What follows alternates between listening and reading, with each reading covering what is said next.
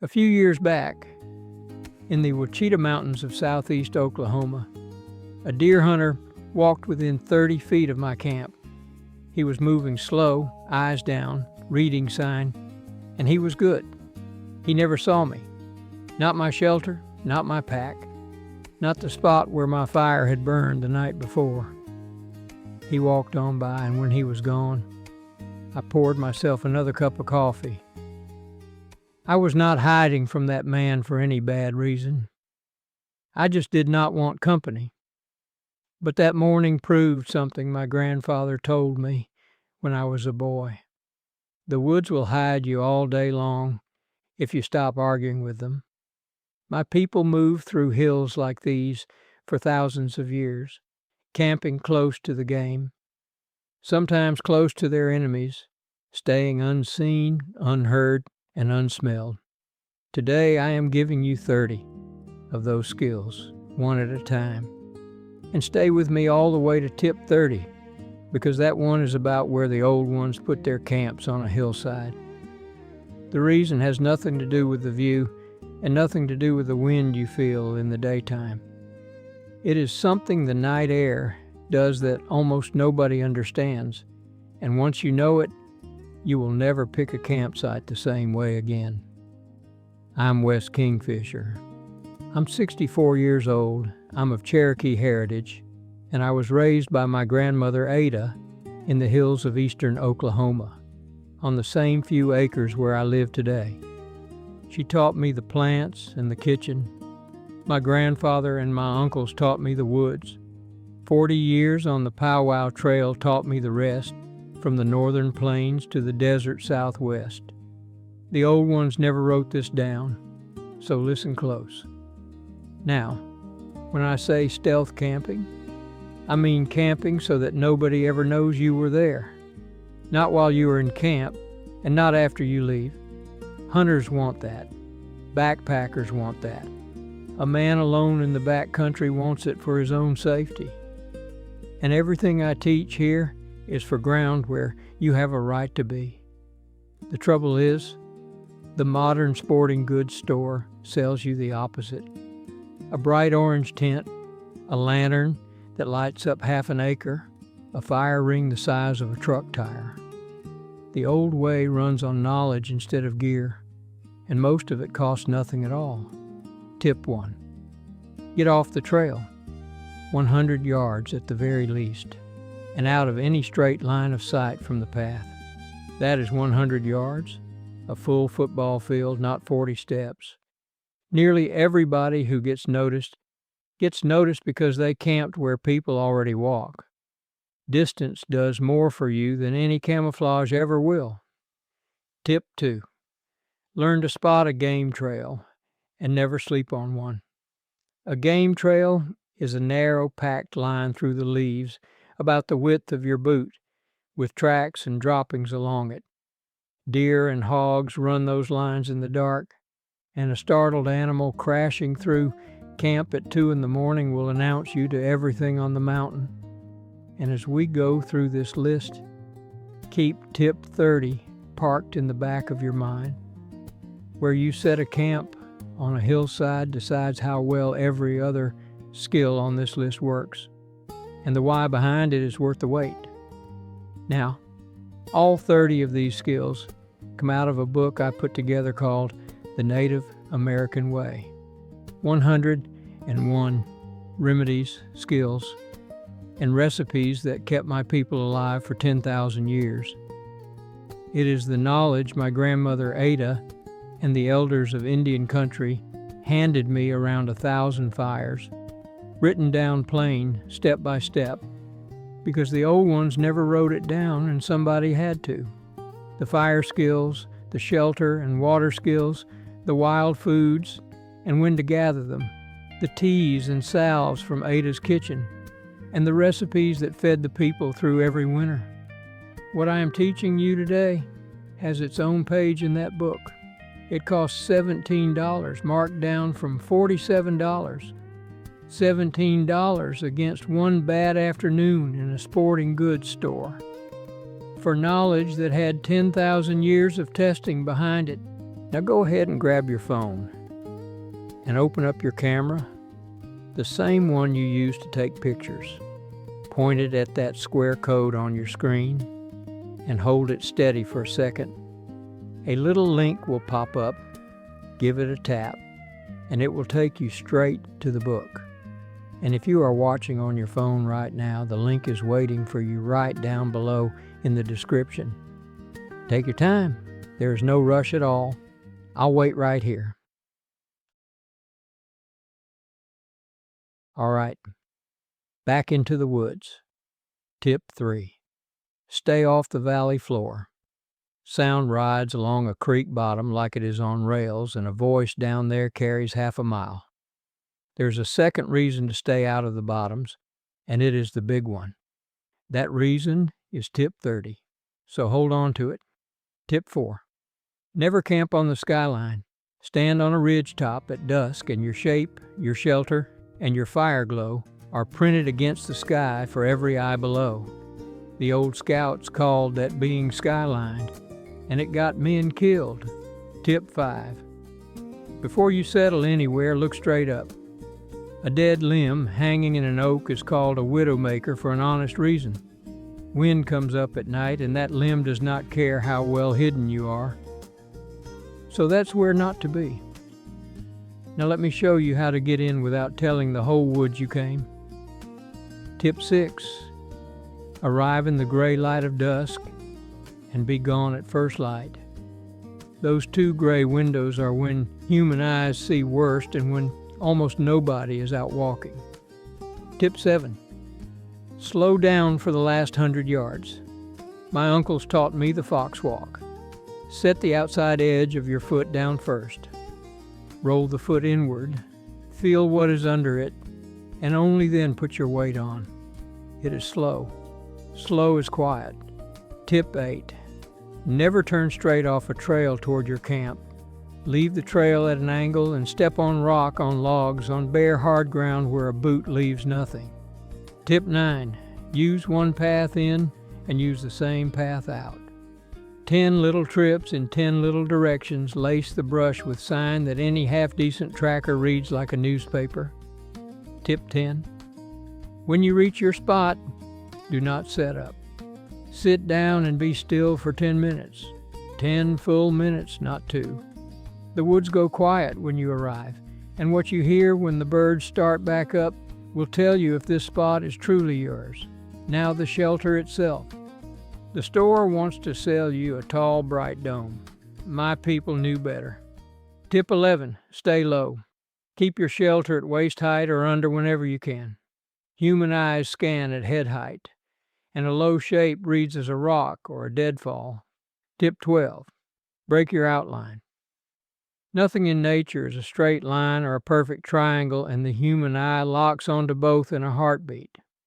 Lay a few dead branches and a handful of leafy brush across the ridge of your tarp, and the shape dissolves into the forest floor. Tip 13. Earth colors only. A brown or drab green tarp, dull gear, nothing shiny. One bright blue stuff sack hanging off a pack will undo everything else you did right.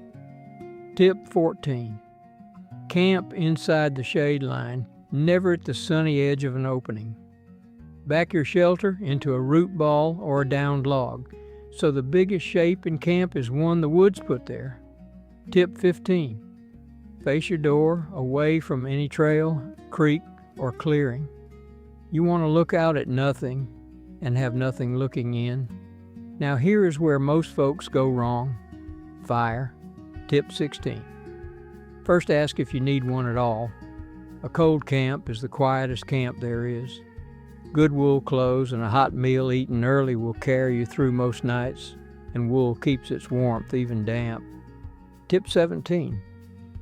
When you do need fire, dig a Dakota fire hole, the way our people out on the plains did on open ground with eyes on every horizon.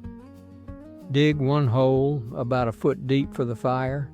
Dig a second hole a foot away, angled to meet it at the bottom. That second hole feeds air in underneath, so the fire burns hot and fast down out of sight. Low flame, little light. and very little smoke. 2 holes, 1 foot apart. That is the whole trick, and no modern stove has improved on it. Tip 18. Burn only dead standing wood. Wood lying on the ground soaks up water, and wet wood is a smoke machine. Dead branches still on the tree snap clean and burn nearly invisible. Tip 19. Keep the fire small and sit close. My grandmother had a saying about that. A big fire warms your face and tells the whole county where you are. A small fire warms your hands and keeps your secret. Tip 20. Out means out. Drown it, stir it, and drown it again until you can hold your bare hand flat on the ashes. Then fill the hole and cap it with the plug of sod you cut when you dug it. By morning there was never a fire. That handles the fire. But the night has more ways to give you up than light. Tip 21. No white light after sundown. Your night eyes take about 30 minutes to fully come in, and one blast of a white flashlight erases them in a second. 30 minutes to earn, 1 second to lose. Use a dim red light, or better, use no light and let the moon work. Tip 22. Silence your gear before you walk in.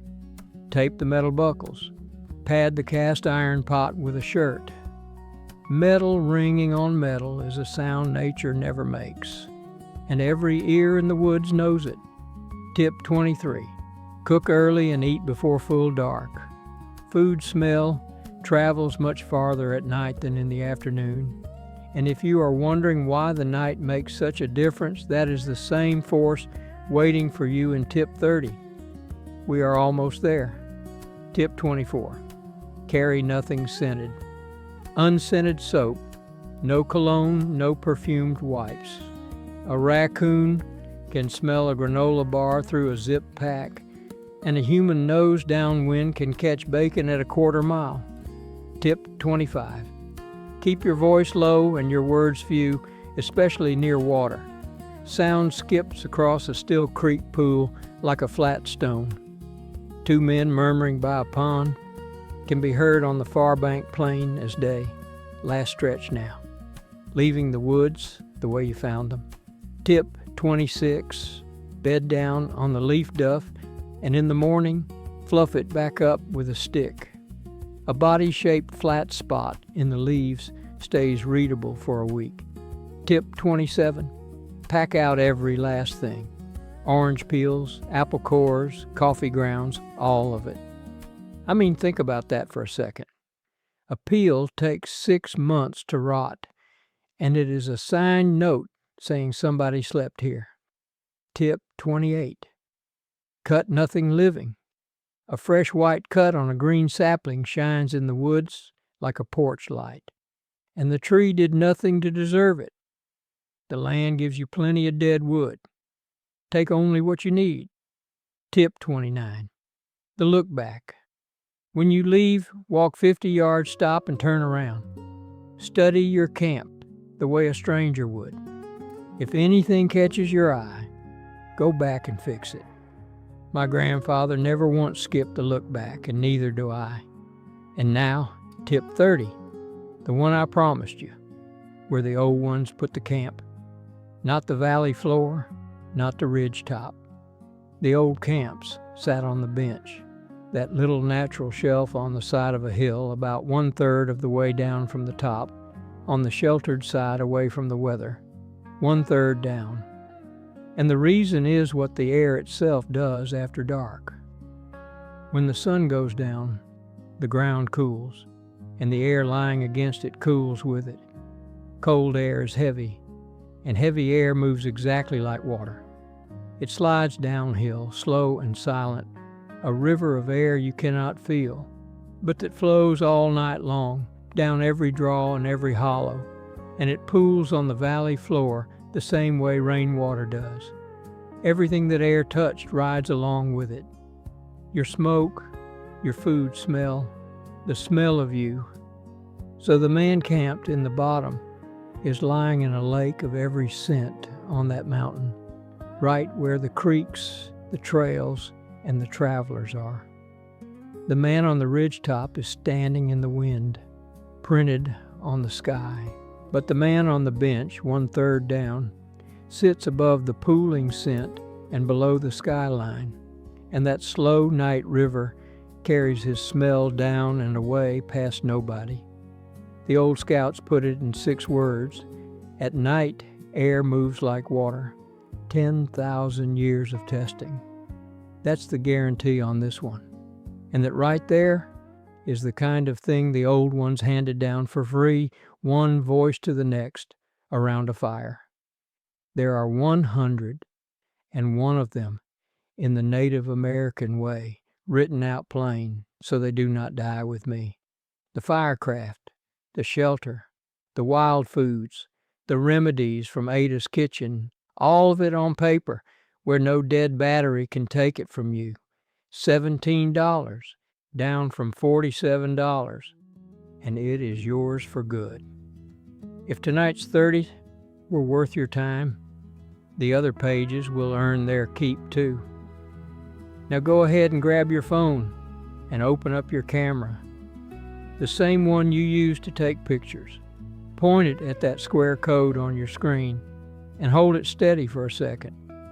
A little link will pop up, give it a tap, and it will take you straight to the book.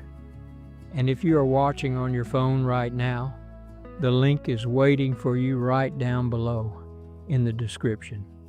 Take your time. There is no rush at all. I'll wait right here. So there it is.